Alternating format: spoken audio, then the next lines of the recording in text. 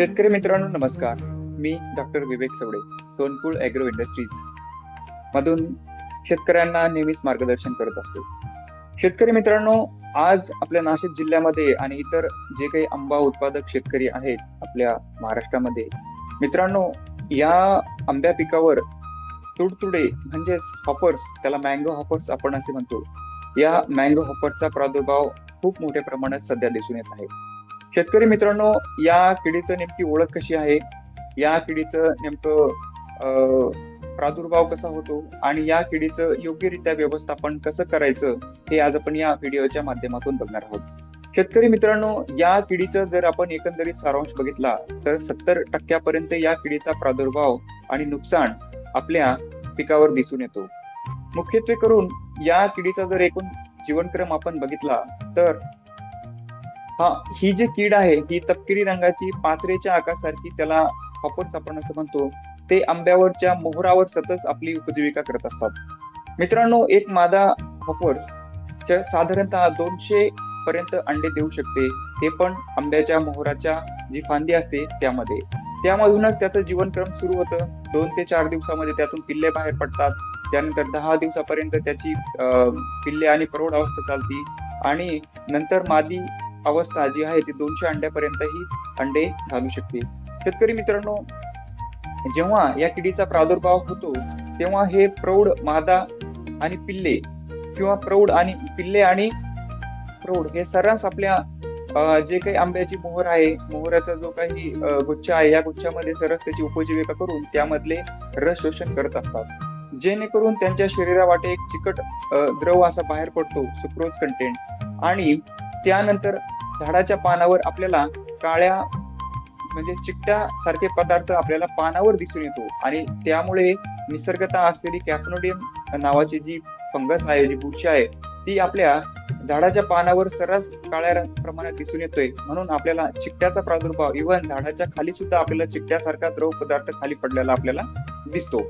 तर शेतकरी मित्रांनो, या किडीचं योग्यरित्या व्यवस्थापन करायचं जर झालं म्हटल्यास मित्रांनो, सर्वप्रथम आपल्याला या किडीचा जीवनक्रम ओळखून घेणं गरजेचं आहे. की डिसेंबर ते फेब्रुवारी महिन्यामध्ये या किडीचं सर्रास अंडे घालण्याची जी पद्धत आहे ती चालू असते. त्यामुळे या किडीचं नियंत्रण या योग्य काळामध्ये करणं म्हणजे मोहर लागताच करणं सुद्धा गरजेचं आहे. त्यामध्ये काही फवारण्या पण घेणं गरजेच्या आहेत, तर ते आपण बघू. मित्रांनो, सुरुवातीच्या अवस्थेमध्ये ही कीड साधारणतः 20 ते 25 दिवसामध्ये याचा पूर्ण जीवनक्रम आपला पूर्ण करत असते. त्यामुळे सर्रास प्रादुर्भावाचे शेतकऱ्यांना समोर या किडीला जावं लागतं. तर मित्रांनो, या किडीची ओळख आपल्याला चांगल्या प्रकारे असणं गरजेचं आहे. त्यानंतरच नियोजन आपण या किडीचं चांगल्या प्रकारे घेऊ शकतो. त्यामध्ये सर्वप्रथम जर आपण बघितलं तर झाडाची कॅनोपी मेंटेनन्स, झाडाला व्यवस्थितरित्या सूर्यप्रकाश आपल्या झाडामध्ये खेळता राहील या प्रकारे झाडाचं हार्वेस्टिंगच्या नंतर क्रॉप कॅनोपी मॅनेजमेंट करणं खूप गरजेचं आहे.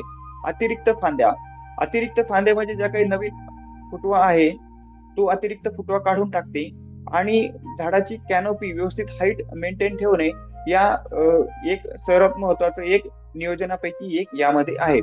त्यापैकी मित्रांनो, या किडीचं जर आपण योग्यरित्या फवारणीद्वारे जर आपण याचं नियोजन करण्याचं ठरवलं तर आपल्याला सोनकुळ ॲग्रो इंडस्ट्रीजचं व्हर्टिसिलियम, त्यानंतर मेटारायझियम मेटा, बवेरियाना बेसियाना, बेविगार्ड यासारखे जे काही ऑर्गॅनिक कीटनाशक आहेत ते आपल्याला फवारणं गरजेचं आहे.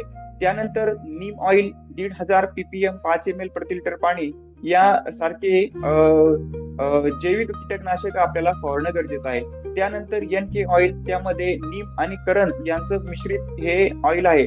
तर या सगळ्या प्रकारचा जे ऑइल आहेत हे पण फवारणं या किडींच्या वर प्रादुर्भाव दिसून येताच फवारणं गरजेचं आहे.